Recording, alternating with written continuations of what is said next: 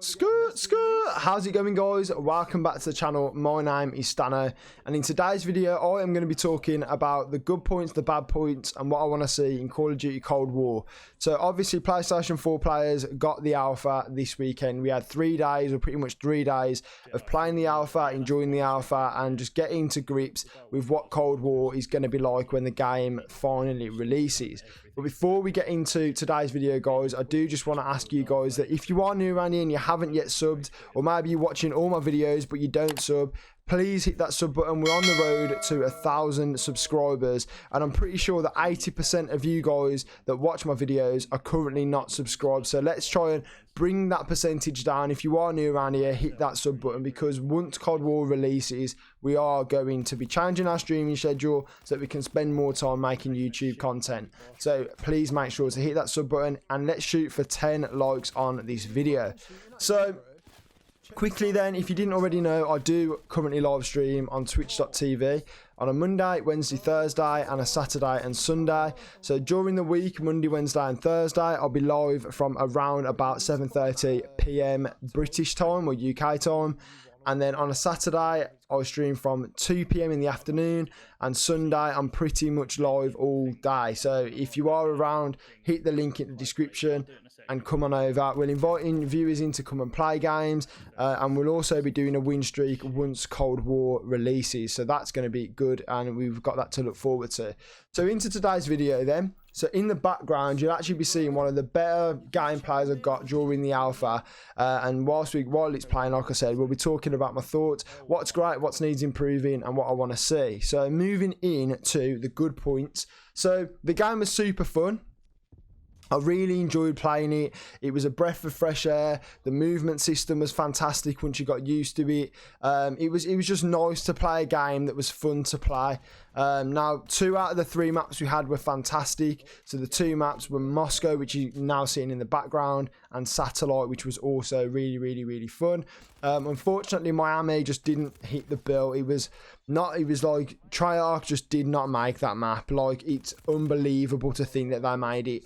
You know, it's not got 3 lanes that Treyarch usually have. It was just a complete mess. You got sniped all over the place. It was not fun to play.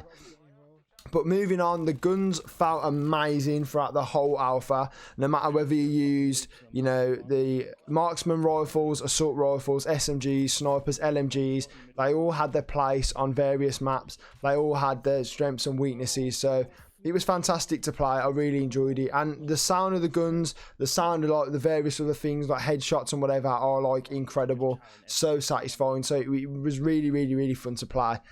Now, another good point is that the kill streaks were actually really good.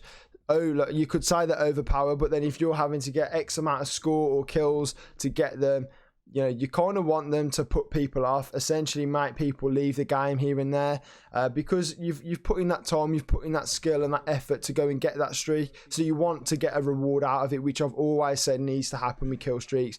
And I think Cold War just fits that bill perfectly. And also time to kill. You know, some people said it was too quick, but I actually feel like it was fine. It was just that, you know, a lot of the guns were overpowered during the alpha, so you do kill people incredibly fast.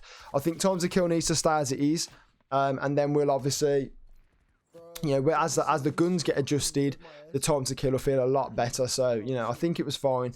But then we move on to the bad points. So sniping was just far too easy.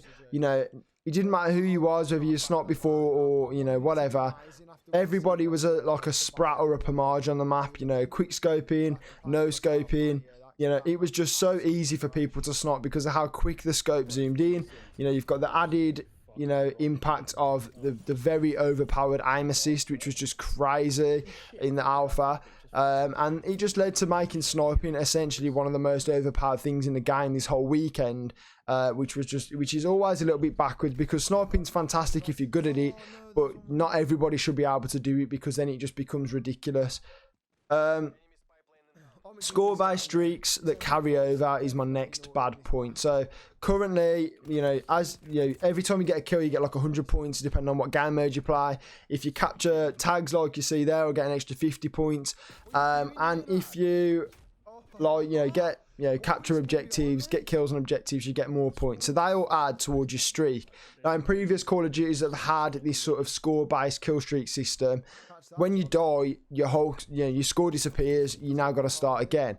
Now, unfortunately, in this during the alpha, every time you got those kills, your score streak just kept going. You always were heading towards that next streak. You always was gonna, as long as you get enough kills or enough points in the game, you're always gonna get all 3 streaks. Which, when you've got things like chopper gunners, when you've got things like napalm strikes that are super overpowered, that's not great, because it just caters for the people that aren't necessarily good enough to get that. It just gives them that ability to go and get it without sort of risking or giving anything up. So I do think that needs to be taken out. Then if you die when you're on a kill streak, it's tough. It's Call of Duty. You should not be able to go and get those streaks once you spawn. That's what Call of Duty's always had, is that you can just take time. You take your time around the map, get your kills, whatever. Or you can run out and get loads of kills and loads of deaths. That's why the kill streaks are so special within Call of Duty. But yeah, not great during the alpha, but I hope that they change that. And then the final bad point, which I'm pretty sure everyone's been talking about on all their videos or on streams, is skill-based matchmaking and the need to lower the scaling of it. So we're not asking Treyarch to completely remove it so that every lobby is completely random, because by doing that, you can leave and back out lobbies, check people's KDs, whatever, and get into a lobby where you're playing with, someone who's a casual player, comes home, maybe plays once or twice every night, and has a can of beer after work. We're not asking, as a streamer, as a YouTuber, I'm not asking for that, but nor am I wanting to jump into games and play against, Call of Duty League professionals or at least top amateur players. I don't want that either. You just want a nice game, a Call of Duty where, if you play smart, you're going to be able to go and get those kill streaks, but you're not going to have to run around with your sweatbands on and, just try and get the win. Because especially when you're going for things like camos and whatever, you end up having to use guns that aren't necessarily, as great or as easy to use as other guns. So it just makes it that little bit harder if you are playing against top people, top 1% of people. So it's not great.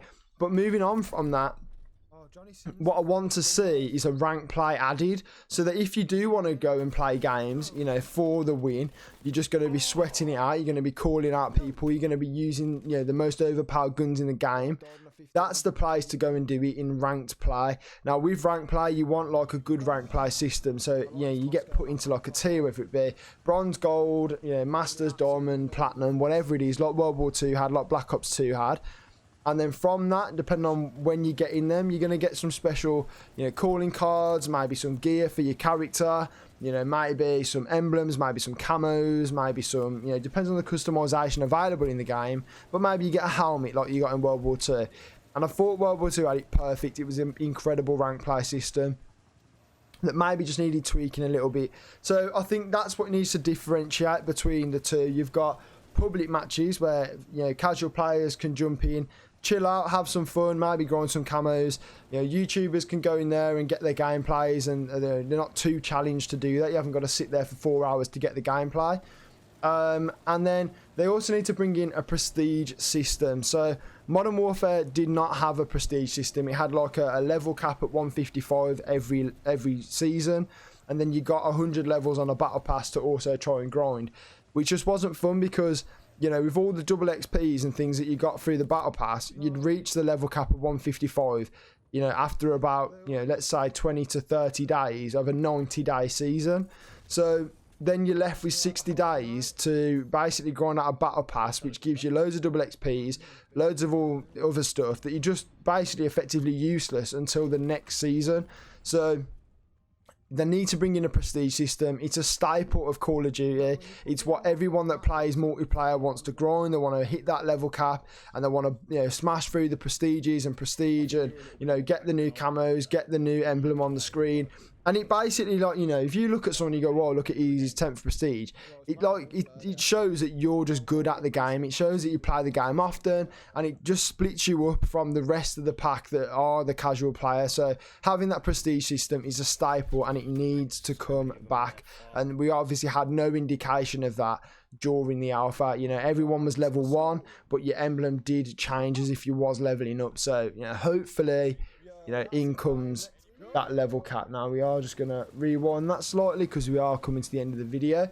So then we move into, you know, I want to see good customization in the game. You know, I want to be able to change my character's, you know, apparel. I want to change the top that he wears. I want to change the trousers that he wears. I want to put different gloves, different boots, different helmets on him.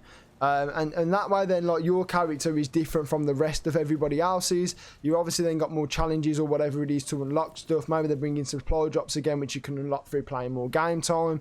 And then that way then, like, it's just more fun. It gives you another thing to grind for, another thing to try and aim for. And then in terms of money, you know, money wise, Treyarch can like sort of bank on that and then make people buy that kind of stuff off them from the store. But yeah, that is going to be today's video, guys. So the video is now coming to an end. If you did enjoy today's video, make sure to hit that like button, and if you are new around here, then make sure to sub and let me know your thoughts about Cold War in the comments below. Peace.